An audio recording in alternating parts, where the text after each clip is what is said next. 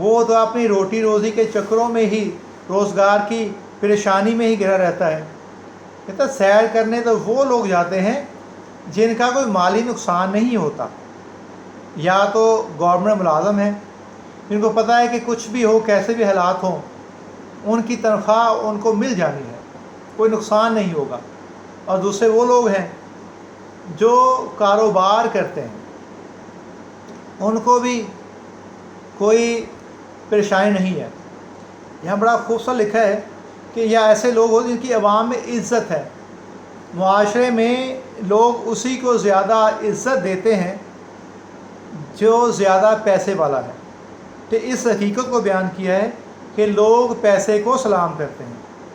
جتنا کسی کے پاس پیسہ ہے اتنا اس کا اسٹیٹس اونچا ہوگا، لوگ اتنا ہی زیادہ اس کو آنکھوں پہ بٹھاتے ہیں اور اس کو عزت دیتے ہیں۔ تو کہہ رہا ہے کہ میں تو مل کا مزدور ہوں، تم نے کبھی مزدوروں کو بھی ہوا کھاتے دیکھا ہے؟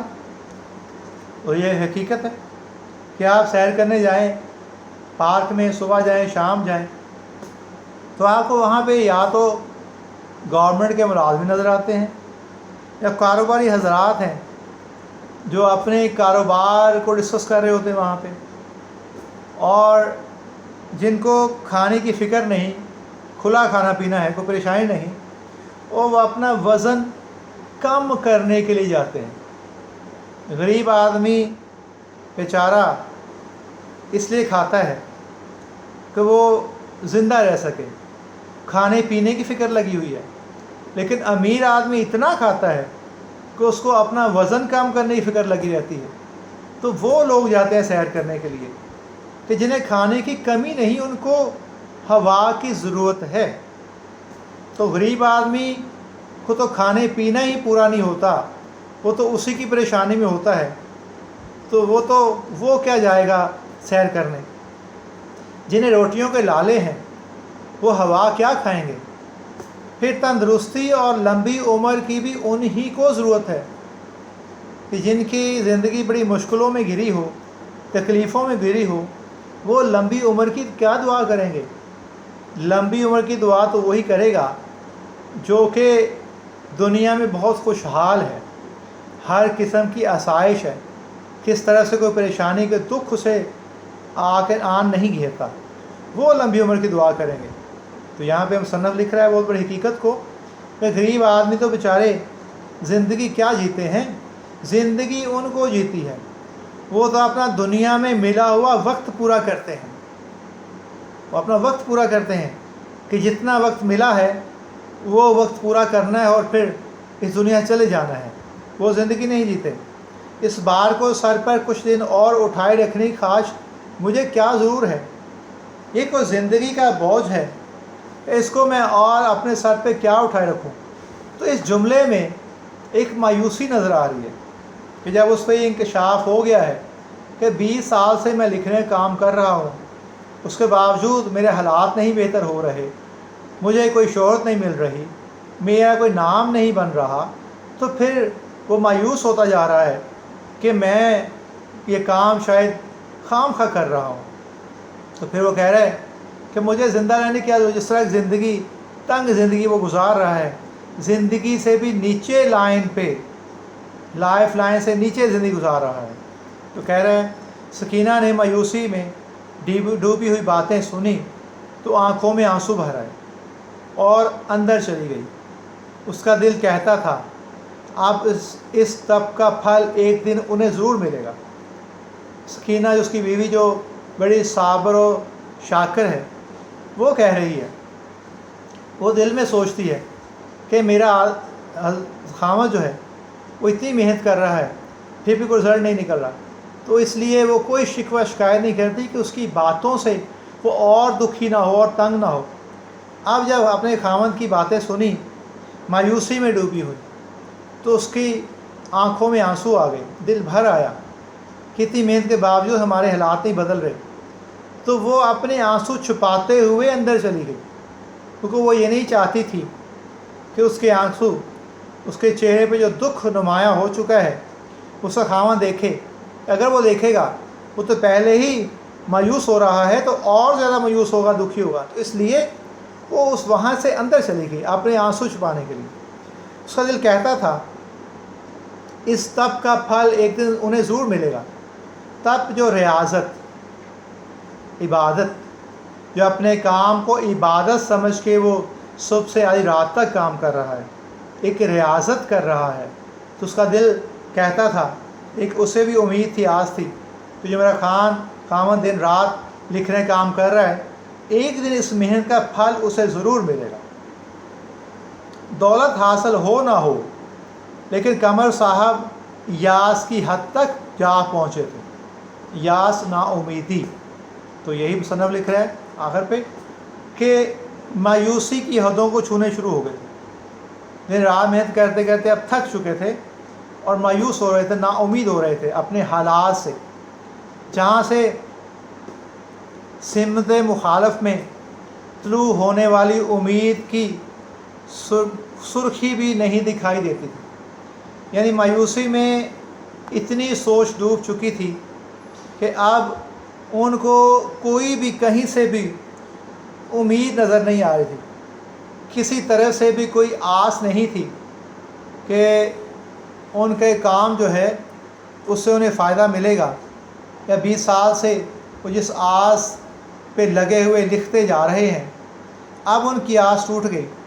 اب انہیں نہیں لگتا تھا کہ کہیں سے بھی ان کے حالات بدلیں گے اور ان کو شہرت ملے گی، دنیا ان کو جانے گی. جو کتاب وہ کافی عرصے سے لکھ رہے ہیں اور یہ سوچ رہا ہے کہ یہ کتاب انہیں گمنامی کے کنویں سے نکالے گی، کالے گمنامی سے نکال دے گی اور شہرت کی بلندیوں تک لے جائے گی. اب انہیں لگ رہا تھا کہ ایک ایسا کچھ ہونے والا نہیں ہے. جو وہ سوچ رہا ہے وہ ایک خام خواہ کی آس ہے جو شاید پوری ہوتی نظر نہیں آتی. تو آج کے لیے اتنا ہی کافی. آئندہ تک کے لیے اجازت. اللہ حافظ.